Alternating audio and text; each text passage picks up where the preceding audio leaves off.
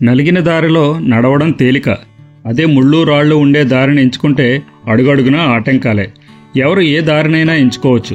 కష్టమని తెలిసినా 40 ఏళ్ల క్రితం సత్యశంకర్ ఆ రెండో దారినే ఎంచుకున్నాడు. ఆ దారే అప్పుడు ఆటో డ్రైవర్గా ఉన్న అతన్ని ఇప్పుడు 800 కోట్ల వ్యాపారానికి అధిపతిని చేసింది. పెప్సీ కోలాలతో పోటీ పడుతూ దూసుకు వెళుతున్న బిందు ఫీస్ జీరా మసాలా సోడాని సృష్టించిన సత్యశంకర్ గురించి మనం తెలుసుకుందాం. కర్ణాటకలోని పుత్తూరు దగ్గర ఉన్న ఓ చిన్న పల్లెటూరు సత్యశంకర్ది. తండ్రి అర్చకుడు, అంతంత మాత్రపు ఆదాయం. మనసులో చదువుకోవాలని ఉన్నా తనకంటే ముందు డిగ్రీలు చేసిన అన్నలకి ఉద్యోగాలు లేవు. అందుకే ఇంటర్ తర్వాత చదువు ఆపేసి 18 ఏళ్లకే ఆటో డ్రైవింగ్ లైసెన్స్ కోసం దరఖాస్తు చేసుకున్నాడు. అలాగని ఆటో కొనుక్కోవడానికి కూడా అతని దగ్గర డబ్బులు లేవు.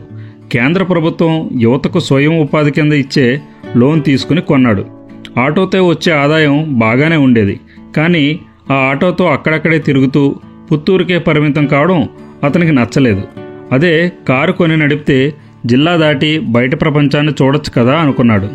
అలా ఆటో కోసం తీసుకున్న లోన్ని 1.5 ఏళ్లలోపే తీర్చేసి అంబాసిడర్ కారు కొని ట్యాక్సీ డ్రైవర్గా ఎదిగాడు సత్యశంకర్.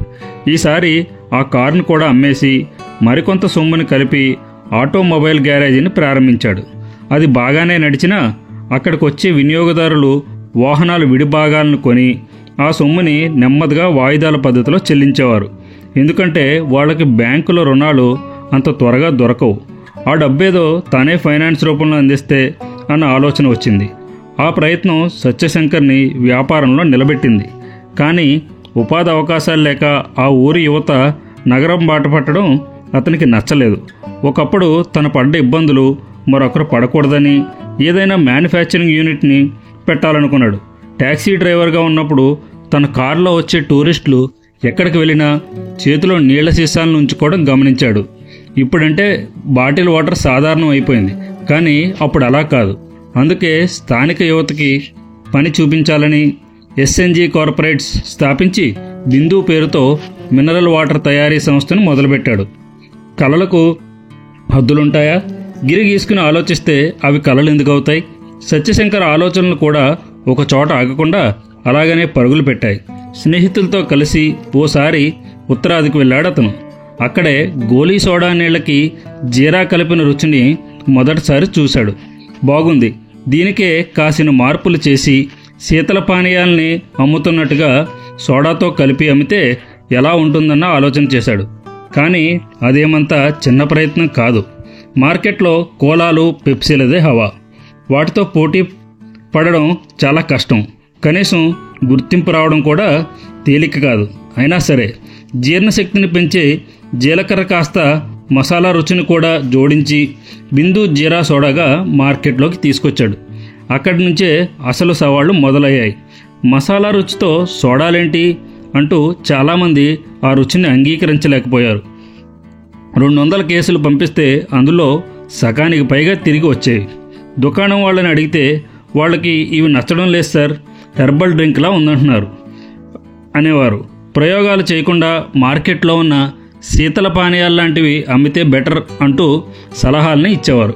కానీ నాకు నమ్మకం ఉంది, ఏదో ఒకరోజు మా జీరా సోడా మార్కెట్లో నిలబడుతుందని. అనుభవమే పెద్ద టీచర్ అమ్మ. ఆమె చెప్పే పాఠాలు శ్రద్ధగా వినాలి. అలాగే ఓపిక మించిన విజయ సూత్రం లేదు. మా ఉత్పత్తి మార్కెట్లో నిలబడడానికి 10 ఏళ్లు పట్టింది. అంతవరకు నేను ఓపికగా ఎదురు చూసా అంటూ తన విజయ రహస్యాన్ని చెప్పుకొచ్చారు సత్యశంకర్. ప్రస్తుతం ఎస్జీ కార్పొరేట్స్ జీరా సోడాతో పాటు ఆరెంజ్, యాపిల్, లెమన్, జింజర్ వంటి రుచుల్లో 55 రకాల పానీయాలని, ఇతర చిరుతిళ్లని కూడా అందిస్తుంది. ఈ సంస్థలో 2,500 మంది ఉద్యోగాల్లో ఉన్నారు. ఏటా 800 కోట్ల రూపాయల వ్యాపారాన్ని చేస్తూ 15 దేశాలకు విస్తరించింది.